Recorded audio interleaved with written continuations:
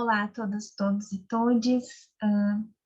Uma satisfação estar aqui na Ampap, mostrando um pouquinho do que nós temos feito e proposto para estar juntos, juntas e juntos com arte, né? E pensando, a partir disso, algumas possibilidades de docência. Esse título se chama Casa, Matéria, Lugar, Docências das Reexistências Pandêmicas, porque buscamos, a partir da docência com arte, resistir a esse enfrentamento da pandemia e também do contexto político e moral em que nós vivemos no Brasil nesse momento. Eu sou Daniela Schneider, professora adjunta dos cursos de artes visuais da Universidade Federal do Rio Grande, juntamente com a minha colega, também professora nos mesmos cursos, Viviane Queveco. Bom, a nossa comunicação, ela traz um pouco da experimentação da nossa própria docência nesse momento de pandemia, né, propondo, então, a casa como matéria e como lugar das docências com arte.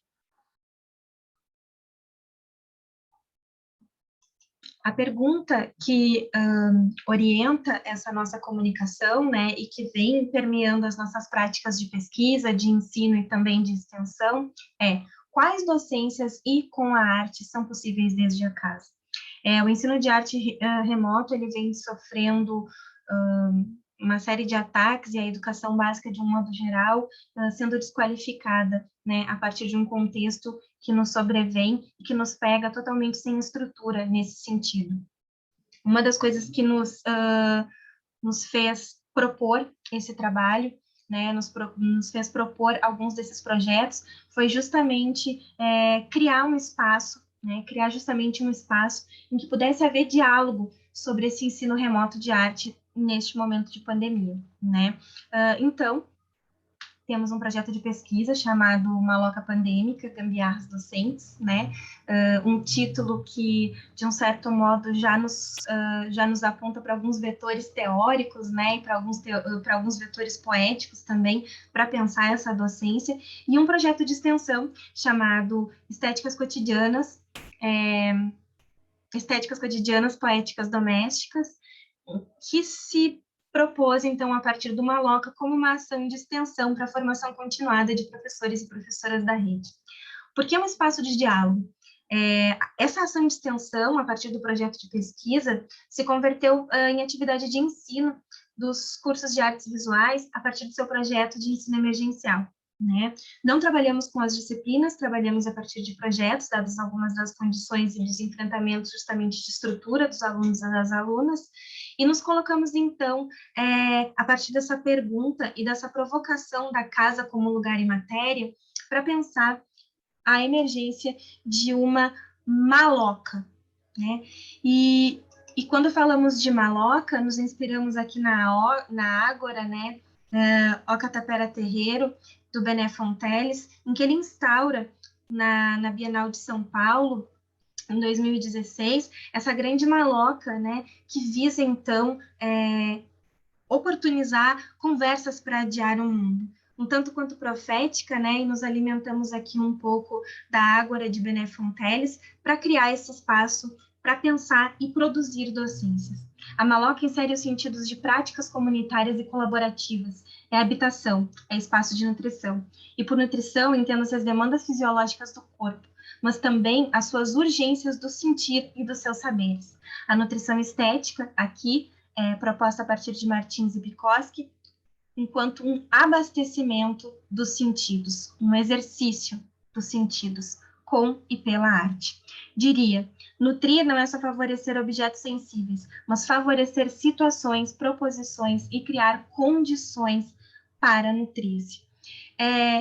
Nesse movimento de pensar uma nutrição estética, o que fizemos, né? Temos organizado algumas práticas, né, no momento do projeto de extensão e da formação continuada, oficinas, em que nós organizávamos algumas poéticas, gestos artísticos, obras, a partir de algumas temáticas, como, por exemplo, os acúmulos, o tempo, as pós-produções, os desusos, as memórias das coisas, buscando aí, e a partir desse arranjo de obras, fazer alguns arranjos, alguns convites que nos possibilitassem exercícios para gambiarras docentes. Encontrar algumas brechas, encontrar algumas possibilidades de criação e de proposição a partir dessas obras que pudessem se verter em práticas formativas. Mas, para muito além disso, que ela pudesse ser um exercício de nós mesmas, né? Que essas poéticas pudessem ser poéticas de nós mesmas, poéticas docentes, que se verteriam em convites a outros e outras. Bom, muito do nosso interesse é em conectar, em criar relações, em criar disrupturas, né? Em criar justamente no espaço que fica entre casa, objeto e corpo, e as múltiplas relações que podem se inaugurar a partir daí. O que fazer com isso? Dito de outros termos, como produzir singularidades, como elaborar sentidos a partir dessa massa caótica de objetos, de nomes próprios e de referências que constituem o nosso cotidiano. Não fomos nós que invadimos a casa nesse tempo de pandemia, foi a casa que nos invadiu, com todas as suas paredes, com todas as suas impossibilidades de saída, com todos os seus objetos, com todos os seus acúmulos, inclusive. Então, a partir de um conjunto de exercícios, né, e de proposições que nós temos feito, que chamamos de exercícios para breves poéticos, nós temos, a partir desse conjunto de obras, feito algumas proposições para que possamos experimentar a casa, né, e se colocar nesse lugar de repensar a casa, repensar esses espaços e pensar a casa como um lugar praticado.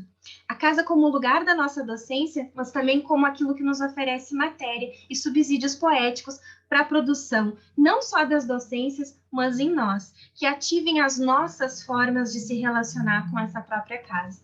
Então, esse exercício convidou para dar visibilidade, materialidade, organização para os acúmulos que produzimos na casa. Os objetos da casa cumprindo um dispêndio de funções e atuações no percorrer do cotidiano. Instaram-se enquanto ativadores das relações entre o corpo e a casa. Ativam o tempo dos fazeres e também a memória que portam. Pela casa, duram no tempo e no espaço, constituindo biografias. Objetos têm biografias. Ao tomar os objetos como matéria potencial para a produção poética, nos interrogamos sobre as suas biografias e pelos modos como essas biografias se imantam nas nossas. Os acúmulos dos segredos, as derivadas que geraram uma coleção, os parafusos esquecidos, deixados, as ferramentas e todo esse amontoado como um grande cheio, le plein, os acúmulos que nos fazem nos conectar e nos desconectar de um certo modo e que são indispensáveis para o trabalho remoto, os acúmulos do desejo, da vontade, as relações que vão se traçando entre os diferentes acúmulos nesse ambiente doméstico, a brincadeira, o desuso como uma prática acumulativa de bom humor e alegria, por que não? E aí, então, exercícios para breves poéticas 2, sobre as marcas do tempo na casa e no corpo. É muito menos sobre o tempo como uma unidade de medida e muito mais sobre o tempo como algo, alguém ou algo que imprime em nós e na casa. A falta do tempo, a tão famigerada falta do tempo. Quais outros exercícios sobre o tempo, a partir do tempo e com o tempo podem ser feitos em meio à casa? Como que eu verifico a passagem dele sem ser medida, sem ser apenas aquela que nos conta pelo relógio? Como que eu sinto pelo corpo, pela casa, pela biografia dos objetos, pelas memórias que eles nos trazem, algumas dessas marcas? Como que as biografias desses objetos, dessa casa e desses corpos imantam em mim também biografias? Produzir e registrar experimentações a partir das marcas da passagem do tempo em, na casa e ou no corpo. A parede é a pele da casa. A casa como um corpo se relaciona conosco. E ela também tem uma biografia. Ela também tem as suas marcas no seu corpo, na sua pele. A identidade, que é tão Será que é tão fixa assim?